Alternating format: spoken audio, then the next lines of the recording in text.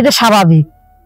কিন্তু চাচা যে তার ভাস্তির দিকে কোন নজরে দেখবে, তার চাচার ভিতরে কি চলতেছে সেটা তো আমার বাবা মাও ধরতে পারে নাই, আমিও ধরতে পারিনি।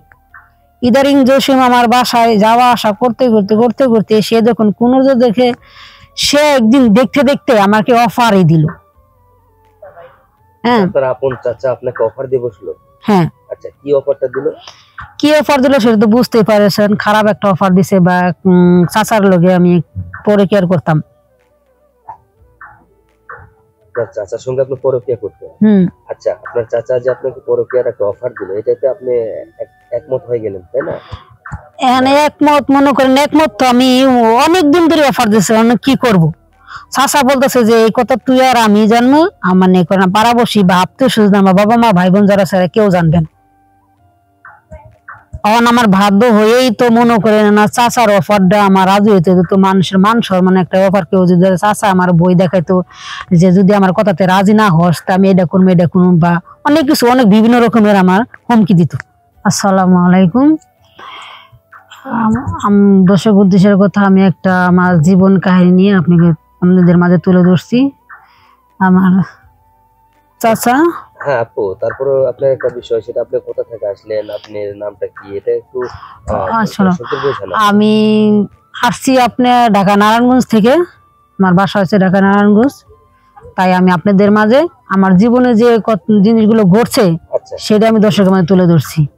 যাই হোক দর্শক ভাই, আসলে আপু অনেক কষ্ট করে কিন্তু আমাদের ঠিকানা পেয়ে কারণে সে আমাদের কাছে আসছে। তার জীবনের কিছু কষ্টের কথা বলবে এবং তার গল্প কথাগুলো আপনারা মন থেকে শুনবেন, কারণ শুনলে কিন্তু একটু জ্ঞান বাড়বে, আর সেই জ্ঞানটার কথাই কিন্তু আপু বলবে। তো যাই হোক আপু, আমরা চলে যাই, বেশি কথা বলবো না। আপনি বলুন আপনার জীবনে কি ঘটছিল আপনার চাচাকে নিয়ে। আমার চাচাকে নিয়ে মনে করো, আমার চাচা আমি তার ভাস্তি, তাই না? আমার চাচা যে আমার সাথে এরকম কোনো কিছু করবে, আমার মনে করেন এগুলা কোনো কিছু ভিতর কোনো ধারণাই কখনো কোনো কোনো কল্পনাও আসে নাই, ঠিক আছে? তো চাচা যে কথা, বাপ তো একই কথা। তো আমার চাচা আমাকে শুধু কোন নজরেই দেখে, কখনো। আপনার চাচা আপনাকে সবসময় কোন নজরে দেখতো? হ্যাঁ। আপনার বাবা মা কি, আপনার ফ্যামিলিতে কি কিছু ছিল না যে আপনাকে কোন নজরে দেখতো? না, আমার বাবা মা, আমার ভাই বোন, বাবা মা সবই তো আছে ফ্যামিলিতে, কিন্তু ওরা তো বুঝতে পারতো না আমার চাচা ভাইয়ের বাসায় আসবে, সেটা স্বাভাবিক। কিন্তু চাচা যে তার ভাস্তির দিকে কোন নজরে দেখবে, তার চাচার ভিতরে কি চলতেছে সেটা তো আমার বাবা মাও ধরতে পারে নাই, আমিও ধরতে পারিনি। ইদারিং জসিম আমার বাসায় যাওয়া আসা করতে করতে করতে করতে সে যখন কোন নজর দেখে, সে একদিন দেখতে দেখতে আমাকে অফারই দিল। হ্যাঁ, আপনার আপন চাচা আপনাকে অফার দিয়ে বসলো? হ্যাঁ। আচ্ছা, কি অফারটা দিল? কি অফার দিল সেটা তো বুঝতেই পারছেন, খারাপ একটা অফার দিছে। বা চাচার লগে আমি পরে কেয়ার করতাম। আপনার চাচার সঙ্গে আপনি পরকীয়া করতেন? আচ্ছা, আপনার চাচা যে আপনাকে পরকীয়ার একটা অফার দিল, এটাতে আপনি একমত হয়ে গেলেন, তাই না? এখানে একমত মনে করেন, একমত তো আমি অনেকদিন ধরে অফার দিছে, কি করব। চাচা বলতেছে যে এই কথা তুই আর আমি জানবো, মানে পাড়াবসী বা আত্মীয় স্বজন, আমার বাবা মা ভাই বোন যারা ছাড়া কেউ জানবে না। এখন আমার বাধ্য হয়েই তো মনে করেন না চাচার অফারটা আমার রাজি হইতে তো, মানুষের মান সম্মান একটা অফার। কেউ যদি চাচা আমার বই দেখাইতো যে যদি আমার কথাতে রাজি না হস তা আমি এটা করবো এটা করবো, বা অনেক কিছু, অনেক বিভিন্ন রকমের আমার হুমকি দিত। হ্যাঁ, বাধ্যতা মনে করে চাচার অফারটা আমি রাজি হয়েছি। ঠিক আছে। তো আপনার চাচা যখন আপনাকে এই জিনিসগুলো করলো, তখন ও মানে আপনার সাথে যেরকম একটা মেলামেশা করলো, তাই না? হ্যাঁ। তো পরবর্তীতে আপনার কি কোনো সমস্যা বা কোনো কিছু হয়েছিল, এরকম একটা কিছু? সমস্যা মনে করেন ওই যে সত্য কথা তার গোপন থাকে না। চাচার সাথে যে সময় আমি মনে করেন প্রায় 1-1.5 মাস চাচার লগে সবকিছু করা হয়ে গেছে। হ্যাঁ, তখন আমার ফ্যামিলিতে মনে করেন একটু মানে ওরা বুঝতে পারছে যে অবশ্যই চাচার লগে আমার যে কোনো একটা হচ্ছে, ঠিক আছে?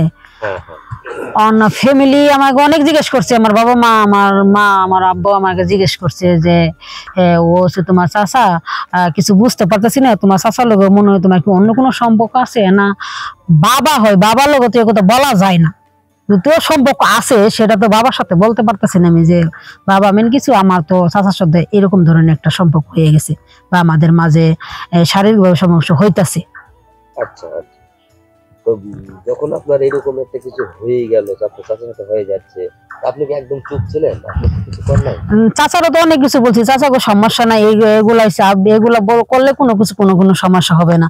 চাচা তো মনে করেন আমার মানে চাচা কিছু করার জন্য আমাকে অনেক মানে অনেক কিছু করে বুঝাইছি। আমি তখন চাচার প্রকৃতি আমি তো সবকিছু বুঝিয়ে লাইছি। ও বাধ্য হয়ে মনে করেন চাচার সাথে আমার এরকম কোনো কিছু করতে হয়েছে।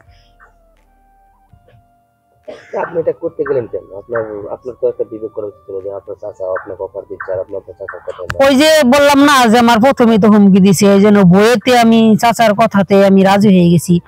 যদিও চাচা আমার কোনো ক্ষতি করে বা আমার ফ্যামিলি কোনো ক্ষতি করে, তার জন্যই আমি চাচার কথাতে রাজি হয়ে চাচার লগে এগুলা করছি আমি। আপনার চাচা আপনাকে এরকম কিছু করছে, আপনাকে মানে পেটে বাচ্চা আনাই দিছে, এটা তো আপনার জন্য একটা ভালো ছিল, তাই না? আপনার চাচাই করছে, তাহলে আপনার চাচাকে আপনি আপোষ মূল্য দিয়েছেন, নাহলে তো আপনার চাচা। না মনে করেন যতছ আমাদের দুইজনে চাচা পর দিছে, আমি রাজি হয়েছি, তো দুইজনের ভিতরে প্রায় একটু আপোষের ভিতরে হয়ে গেছে এগুলো।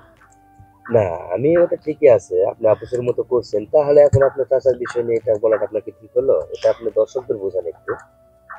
আমার দর্শকের উদ্দেশ্য আমার একটা কথা হচ্ছে যে এরকম যাতে আমি যে ভুলটা করেছি বা চাচার সাথে এরকম ভুল যেন আমার মা বোন যারা আছে ওরা যেন কেউ না করে, আমি যে ভুলটা করেছি।